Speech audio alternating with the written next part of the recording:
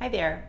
Are you turning 65 but planning on continuing to work and trying to figure out how to take your Medicare? Well, that's exactly what we're going to be talking about today.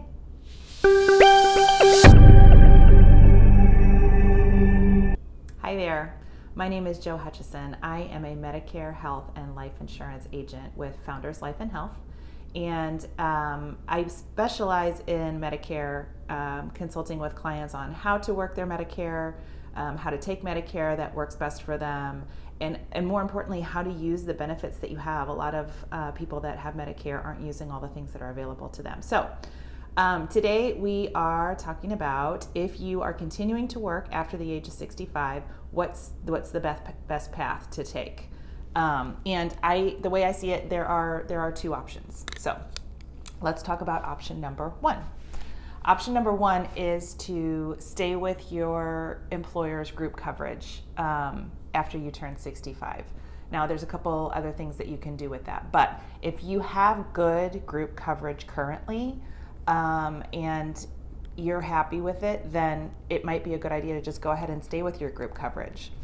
That being said, when you turn 65 and you become eligible for Social Security, you're going to automatically be enrolled in Part A. Part A of Medicare covers your hospitalization and covers skilled nursing. And the best part about Part A is that it's free. There is no monthly premium for Part A.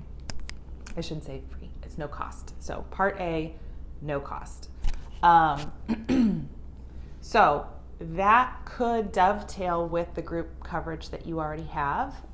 If there are some extra expenses that come up if you are hospitalized or if you do have to go to a skilled nursing facility, then Medicare can be billed for those, which could offset some of the additional costs that you see on the group coverage side in the form of deductibles, copays, and coinsurance. Okay, so how does Part B play into all of this? Part B is the part of Medicare that covers doctor's visits and outpatient care.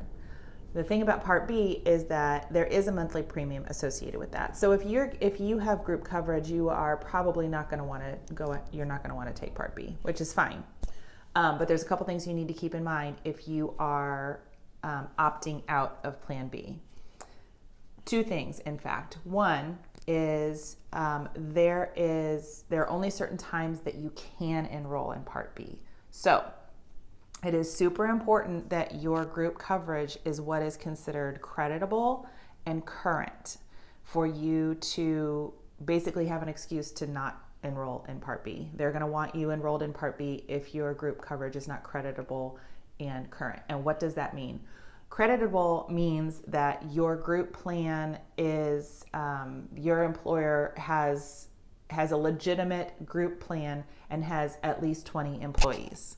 And current means that it's actually a current employer. You're not on COBRA, or it's not somebody that you used to work for. It's somebody that you actually actively have to be working for right now.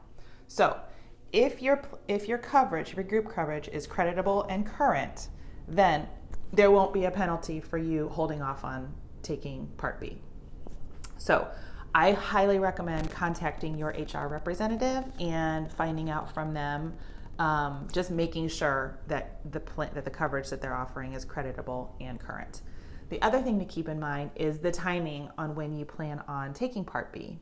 So if your coverage is creditable and current, then you're not in any rush. You're fine. You can stay on the group coverage and just keep Part A as long as you want, until you decide that you want to take Part B.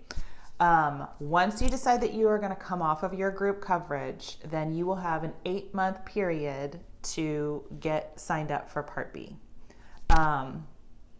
If that 8-month period passes and you still haven't signed up for Part B, then there's going to be a penalty. They charge a 10% penalty for every 12 months that you are not enrolled with Part B. So all that is important to keep in mind. You just need to keep your time frames in mind. Make sure that you're paying attention to when you're supposed to enroll in Part B if you don't have creditable and current coverage, and if you decide to come off of your group plan. So keep those two things in mind. One other thing to keep in mind if you're planning on staying on group coverage is if you have a health savings account and you do take Part A, you go ahead and enroll in Part A, then the money that you're putting into your health savings account is no longer tax-free money. That money will be taxed. So the money that you already have in your health savings account is fine. Whatever is there you can use without any penalties, but you'll no longer be able to put money into a health savings account if you decide to opt into Part A. So keep that in mind. For a lot of my clients, it's not really a big deal. They're fine with just going ahead and not using the health savings account anymore, but important things to keep in mind. Okay, option number 2.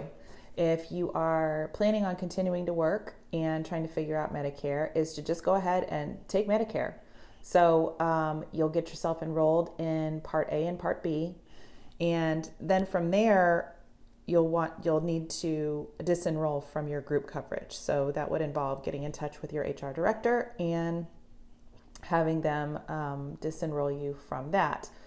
And I've had several clients that have, after talking to their HR directors, have been able to get some kind of credit or something on their paycheck so that offsets the cost of the employer. So your employer is currently paying their portion of your group coverage. If you're still continuing to work for them, but they're no longer paying that for you, I've had several clients that have been able to just get that amount, that whatever amount they were paying every month, get that amount credited on their paycheck, which is great because Part B does have a premium. So it kind of helps offset that cost.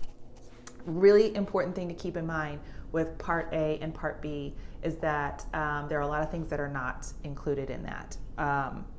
Your vision, your dental, your hearing, those things are not included in Part A and Part B, and prescription drug coverage, most importantly. So if you're gonna go off of your group coverage and you're going to be looking at just taking straight Medicare, you'll wanna talk to somebody about getting signed up for either a Medicare supplement or an Advantage plan, and making sure that you've got prescription drug coverage and all of that. So talk with somebody that knows what they are doing. Talk with me, if you have somebody local in your area that you know that can help sort all that out. But there are a lot of holes from just having only Part A and Part B, so you want to make sure all of those gaps are filled. I hope you found this helpful. Please comment below, and I would love it if you would subscribe to my channel. I put new information out every week on the best ways to use your Medicare plan. And feel free, if you have more specific questions, please feel free to reach out to me anytime. My contact information is also below. Thanks. Have a great day.